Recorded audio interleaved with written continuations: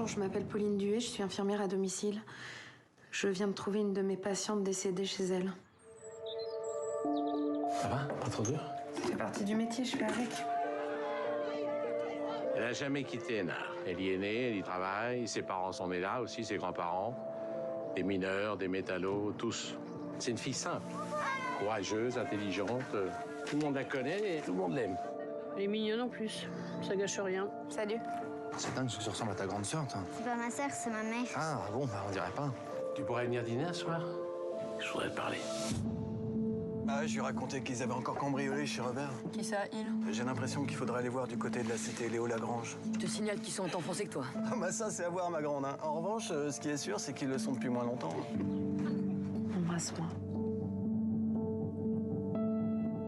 Tu vas le revoir? J'en sais rien, t'es bien curieux. La gynéco, elle est partie.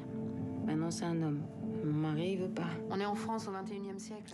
Bonsoir Pascal. Bonsoir, Estelle. Le cinéma belge à l'honneur avec votre invité. Bonsoir Louis Elio. Bonsoir. Alors vous êtes donc le monsieur cinéma du Centre Wallonie-Bruxelles à Paris, un lieu incontournable de la vie artistique belge. Oui, et alors depuis hier, votre livre est en librairie, c'est belge qui font le cinéma français.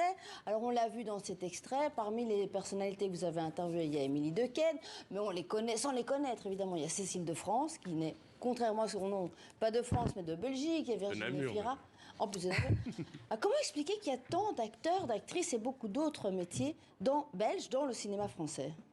Il y a une vraie proximité géographique, linguistique et de production entre la Belgique francophone et la France depuis toujours. Mais c'est vrai que même s'il y a de plus en plus de films belges qui se tournent en Belgique et qui sont essentiellement produits en Belgique, forcément on n'en produit pas assez pour tous ces talents. Et alors il y a une question à laquelle on ne sait pas répondre, c'est pourquoi est-ce qu'il y a autant d'artistes talentueux dans tous les domaines, dans ce petit territoire qu'est la Fédération Wallonie-Bruxelles. Parce qu'effectivement, quand vous faites la liste, elle est assez impressionnante et vertigineuse. Le pourcentage est important. Alors, il n'y a pas que les actrices, il y a les acteurs. Tout le monde connaît Benoît Poelvoorde, François Damien, qui sont souvent intégrés dans les films français, un peu comme les Belges, les beaufs, les Belges rigolos. Mais eux aiment bien jouer aussi avec leur accent, ils aiment bien prendre des accents. Mais il ne faut pas oublier Olivier Gourmet, Jérémy C'est ce que j'allais dire. Olivier Gourmet, qui est dans votre livre, que vous avez interviewé, et qui dit une très belle phrase. Il dit « Moi, j'ai pas choisi le cinéma français, c'est le cinéma français qui m'a choisi. » C'est très joli. Oui, mais c'est vrai que tous ces entretiens, à la base, c'est un partenariat entre l'université Paris 1 Panthéon-Sorbonne, le Forum des images et le Centre Wallonie-Bruxelles, parce que dans le cadre de leur cursus universitaire, les étudiants du Master 2 Cinéma, qui est dirigé par Frédéric Socher, doivent rencontrer des artistes. Et la thématique de l'année, c'était... Ils avaient envie d'aborder le cinéma belge et les liens entre le cinéma belge et le cinéma français.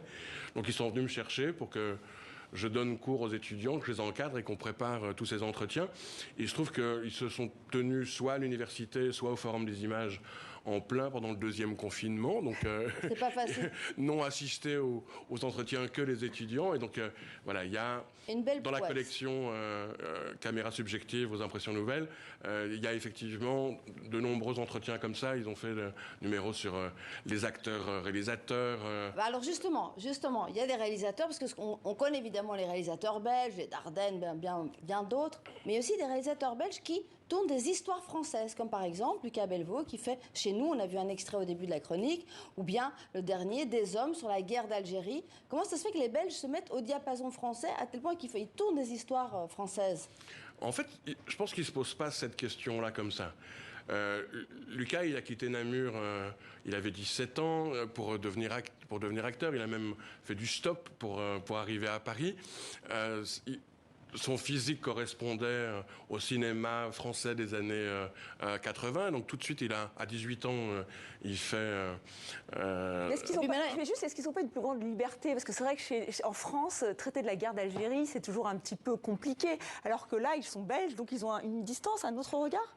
Oui, il n'y a pas tout le poids historique sur les épaules, mais j'allais dire, mais Lucas, il vit à Paris depuis 30 ans. C'est un faux belge. Donc, non, c'est pas un faux belge, C'est un vrai Français.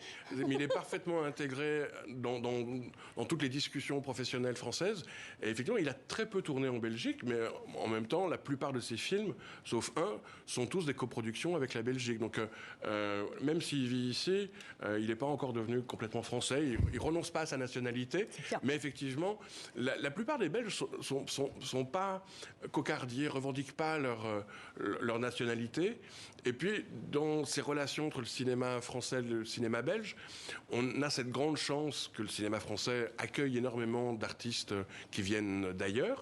Et il y a eu beaucoup d'actrices, de techniciens, de réalisateurs belges qui ont reçu un César, par exemple. Mais pour les Magritte du cinéma, un Français ne pourrait recevoir qu'un Magritte d'honneur. Ben voilà. On va vous réinviter parce qu'il y a trop de choses à raconter sur les Français, pour les Belges qui font le cinéma français. Merci infiniment à tous les deux.